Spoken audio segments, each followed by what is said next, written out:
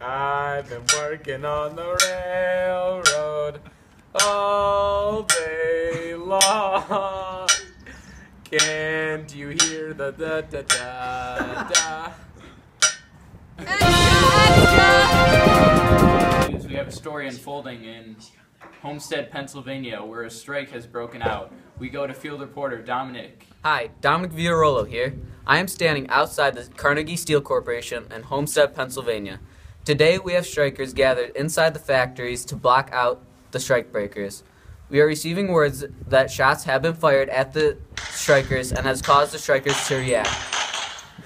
We have found out that the groups firing on the strikers is the private security force, the Pinkertons.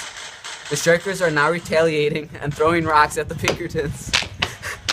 We have Zimran on behalf of the Women's Christian Temperance Union. Zimran, how do you feel about the unions being created by the strikers? I am here today to announce that a landmark new step has been taken in government regulation of investing. The government has approved the passage of the Sherman Antitrust Act, which will further ban all trusts, good and bad.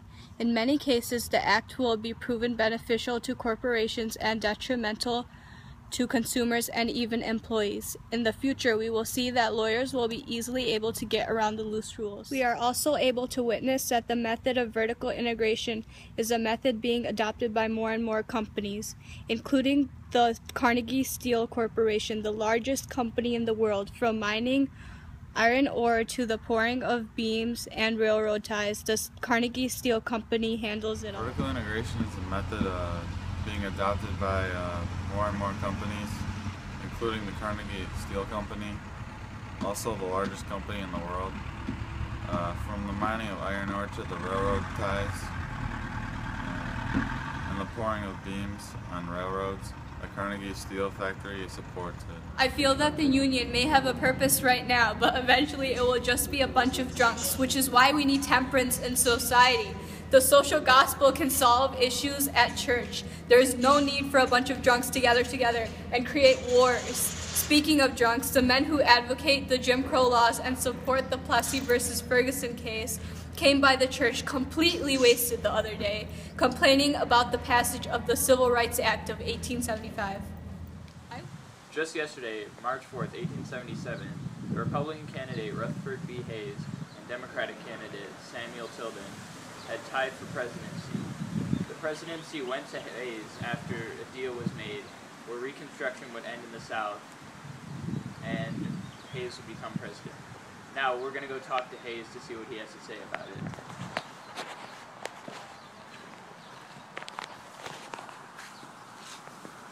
Mr. Hayes, what do you have to say about the deal? Well, it went pretty well. I mean, I had to do a deal. I had to take the troops out of the South, basically ending Reconstruction. So I think the United States will become a better place at the end of this. And given those words, I'd say we chose the right man for president. And with the end of Reconstruction should end all inequalities further in the South. Oh man, this guy is always late. The show is, he's always 5 minutes late. Doesn't make any sense. Dude, you in there?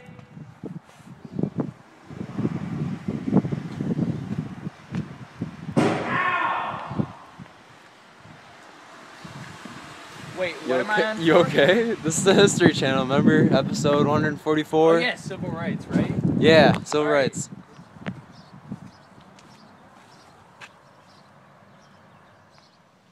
Breaking news, the Civil Rights Act of 1875 has been revised by Supreme Court and overturned on the black citizens' rights.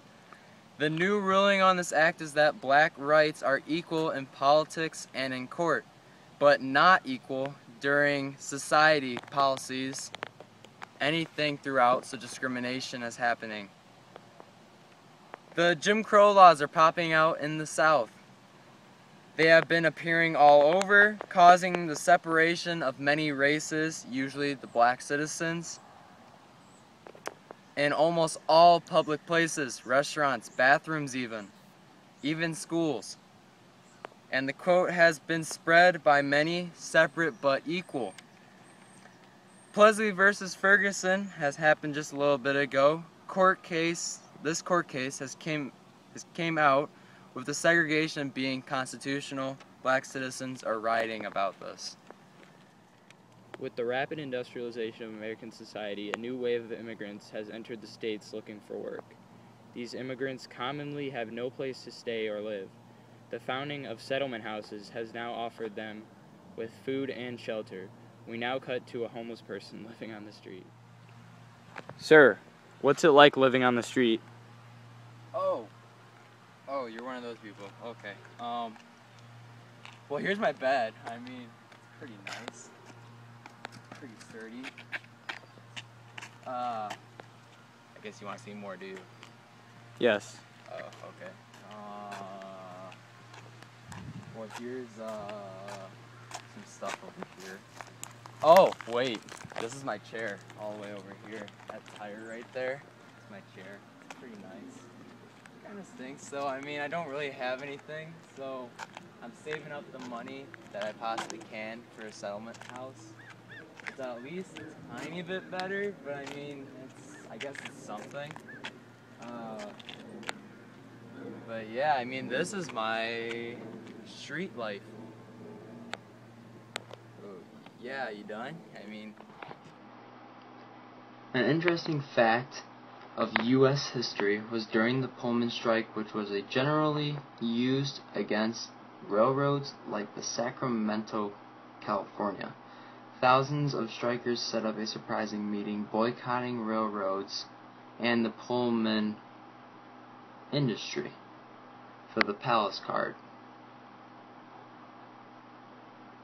Here is a quick video with a historian that will talk about the steps that stopped this revolutionary strike.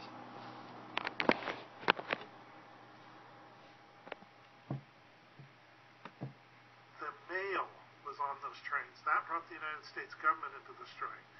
And the United States government called up the National Guard. And the National Guard went in, and it was an unsuccessful attempt to put the strike down. That caused frustration. That brought in the regular federal troops. They sent up federal troops from the Bay Area, and Marines and Army. They put the strike down. They put a train together, ran into Yolo County. The train blew up because it was derailed, sent into the slough. A bunch of people died. Now that was used to be as a scare factor to try to end them, or the strike, but it did not work because it only killed a few. This was a very big deal, and this was what truly divided the separation between worker and boss. The result of that was the Army mounted a cavalry charge with sabers lowered down Front Street. And that ultimately is the end of the strike. The Dawes Act of 1887. This changed the way of life in the Wild West. Indians are now put into reservations, and things begin to change for them. So here's a quick video on what exactly happened. So as you can see, there are reservations being made, so these people are being taken out, basically. Goal destroying the tribes. So basically just the whites' power for wanting more land. They also wanted the Indians to abandon these cultures that they had, such as like the Cherokee, the Creek, and many others.